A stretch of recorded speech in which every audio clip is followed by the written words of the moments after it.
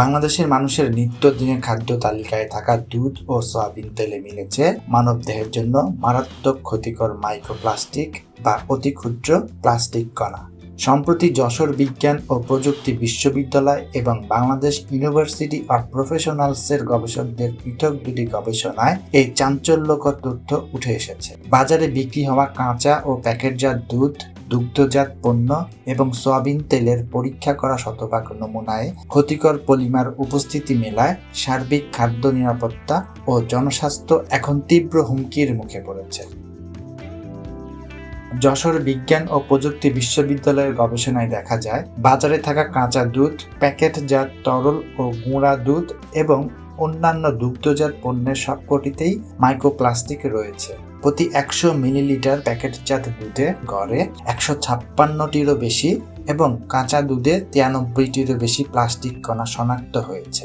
কাঁচা দুধের তুলনায় প্রক্রিয়াজাত দুধে প্লাস্টিক কণার উপস্থিতি আশঙ্কাজনকভাবে বেশি। প্রাপ্ত কণাগুলোর মধ্যে ট্যাফলন, পলিইথিলিন, লাইলন ও পিভিসির মতো ক্ষতিকর রাসায়নিক উপাদান মিলেছে। প্রাপ্তবয়স্কদের তুলনায় শরীরের ওজনের সমীকরণে শিশুরা বেশি দুধ পান করায় বিশেষ করে 4 থেকে 10 বছর বয়সী শিশুরা এই প্লাস্টিক কণা গ্রহণের সবচেয়ে বড় ঝুঁকিতে রয়েছে বলে সতর্ক করেছে গবেষকরা। অন্যদিকে বাংলাদেশ ইউনিভার্সিটি অব প্রফেশনালসের গবেষকদের চালানো আরেকটি গবেষণায় দেখা গেছে, দেশের ব্র্যান্ড ও নন ব্র্যান্ড সয়াবিন তেলও প্লাস্টিক দূষণ থেকে মুক্ত নয়। পরীক্ষা করা 60টি নমুনার সবকটিতেই অতি ক্ষুদ্র প্লাস্টিক কণা পাওয়া গেছে, যেখানে প্রতি লিটার তেলে গড় মিলিয়ে প্রায় 53,922টি কণা বিদ্যমান।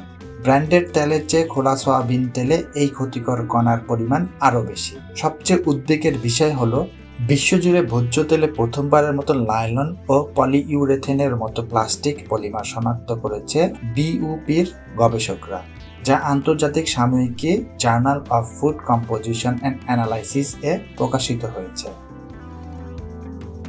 গবেষকদের মতে মূলত কাঁচামাল সংগ্রহের পর থেকে প্রক্রিয়াজাতকরণ, পরিশোধনের যন্ত্রপাতি, ফিল্টার, প্লাস্টিক পাইপ, প্যাকেজিং এবং কারখানার বাতাসের মধ্যে এসব ক্ষুদ্র কণা দুধ ও তেলে প্রবেশ করছে। বিশেষ করে প্রক্রিয়াজাতকরণ যন্ত্রপাতির ঘর্ষণ এবং প্লাস্টিক কন্টেনারের ব্যবহারকে এর প্রধান উৎস হিসেবে চিহ্নিত করা হয়েছে।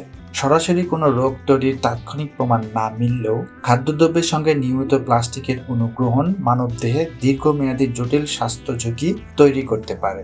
এই অবস্থা নিরসনে খাদ্য প্রক্রিয়াজাতকরণ এবং প্যাকেজিং প্লাস্টিকের ব্যবহার সীমিত করা, খাদ্য বান্ধব মান নিশ্চিত করা এবং কারখানায় নিয়মিত নজরদারির জোর তাগিদ দিয়েছে বিশেষজ্ঞরা। News desk, বাংলালেন্স।